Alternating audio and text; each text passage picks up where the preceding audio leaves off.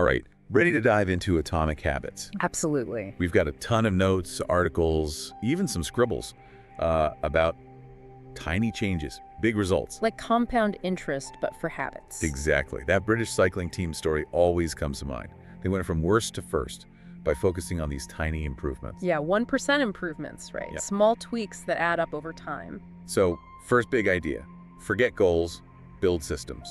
Goals are good for direction, but they can lead to that yo-yo effect, you know? Hit the goal, celebrate, then slip back. Systems are more sustainable then. More about designing an environment that supports your habits. Think of climbing a mountain. Goal is the summit, system is the gear, the training, the route. Gotcha. So how do we build these systems? Well, James Clear gives us these 4 laws of behavior change. Make it obvious, attractive, easy, and satisfying. Right. So make it obvious. What does that mean in real life? Our brains respond to cues. If you want a habit to stick, make the cue obvious. Want to read more? Leave the book on your nightstand, not in a drawer. Out of sight, out of mind, right? Yep. Even small environment tweaks matter. There's this example, the Schiphol Airport in Amsterdam. Yeah. They wanted to reduce spillage in the men's restrooms, so they put a tiny housefly image on each urinal. A housefly.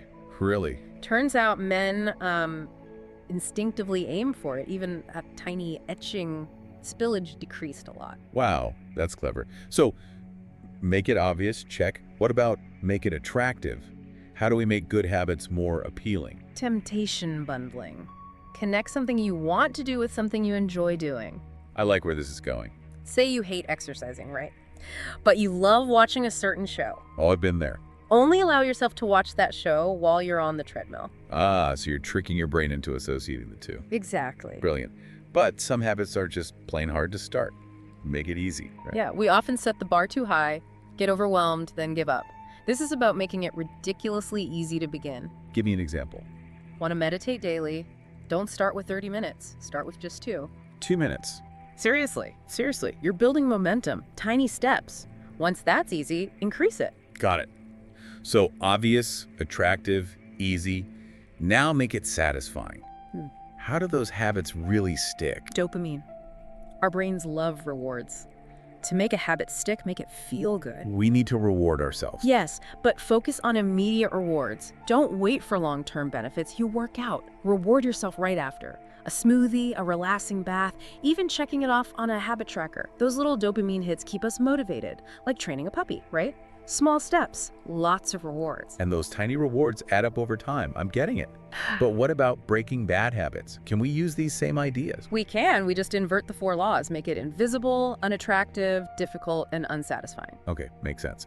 Let's start with invisible. How do we make those bad habits disappear? Think about what triggers them. If it's social media, get those cues out of your environment. Like a digital declutter. Exactly. Delete the apps, log out, avoid those tempting websites. Out of sight, out of mind, for sure. But sometimes just avoiding them isn't enough. Right. That's where make it unattractive comes in. We focus on the negative consequences, not the short-term pleasure. Yep. If you're trying to quit smoking, for example, remind yourself about the health risks, the money you waste, all that. It's about changing your perspective. Right. Seeing it in a new light. Exactly. But sometimes we still do things even though we know they're bad. That's where make it difficult comes in. You got it. Yeah. Increase the friction. Make it harder to do the bad habit. So if I'm trying to avoid late-night snacking, Don't keep tempting snacks in the house. Make it inconvenient. create obstacles, I like it. But what if we're really determined to get that bad habit, even if it's hard? Then we make it unsatisfying. Add a consequence for giving in. Like those accountability partners. Pay a friend if you mess up. Exactly. Social pressure, financial incentives, those can work. But beyond the practical stuff, there's this idea of identity and habits. Oh, I've heard about that. How does that fit in? Well, our habits often reflect our beliefs about ourselves. See yourself as a couch potato. You'll probably stay on the couch. Right. But see yourself as active and healthy. More likely to make healthy choices. It's not just about changing the behavior, it's changing how we see ourselves. Absolutely. Yeah. When you embody the identity of someone who does the things you want, it becomes natural. It's like you become that person. Yeah. So how do we actually make that shift? How do we go from procrastinator to, productivity guru? Focus on small wins, positive affirmations. Every time you do that desired behavior, even something tiny, Celebrate it. Instead of beating ourselves up for slip-ups, we focus on the victories. Exactly. You're rewiring your brain to connect those behaviors with feeling good. Over time, they become part of who you are. Wow, this is making so much sense. It's not just about willpower, it's understanding the psychology behind it. But life throws curveballs. What about those times we fall off track? How do we stay motivated? Self-compassion is key. We all slip up. It's about not letting those setbacks derail everything. Being kind to ourselves even when we mess up. Yeah, it's a journey, not a race. It's about progress, not perfection.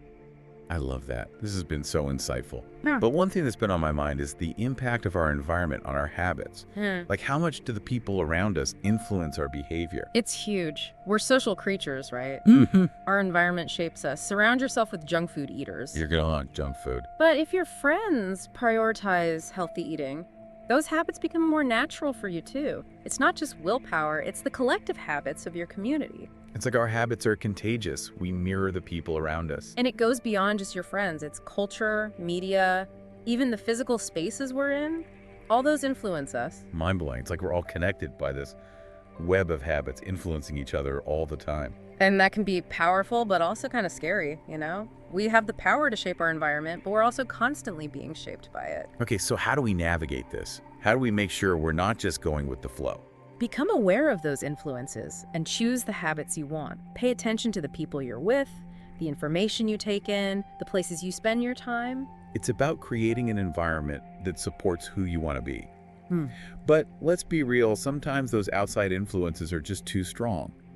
What about when we slip up despite trying our best? Relapse prevention. Just like with addiction, you need strategies. Have a plan for those moments when temptation hits. Exactly. Identify high-risk situations. Have a plan for cravings. Have a good support system. I'm feeling so much more prepared to face my own habit challenges now. This has been amazing. But I have one last question. We've talked about consistency, but what about flexibility? Is there room for, like, spontaneity and all this? Of course, consistency is key for making habits automatic, but life happens, we need to adapt. So it's not about being super rigid. Nope. Sometimes you need to take a break, try new things, be okay with not being perfect. It's about balance, right? Structure and spontaneity, discipline and self-care. Exactly. A system that works for you, not against you. This deep dive has been a total game changer. I'm so inspired. But what about you? What's been the biggest takeaway for you from all this?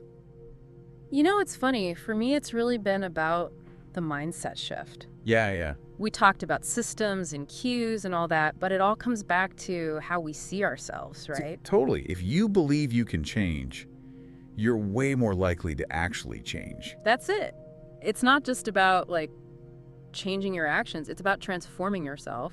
And remembering we're not alone in this. Everyone struggles with habits. This approach just gives us a way to, a way to manage it all. Yeah, framework, tools, and it's important to be patient. Change doesn't happen overnight. Nope. It's a process. Yeah. There are going to be bumps along the way. But the more you see those bumps as learning moments, the better off you'll be. I'm with you.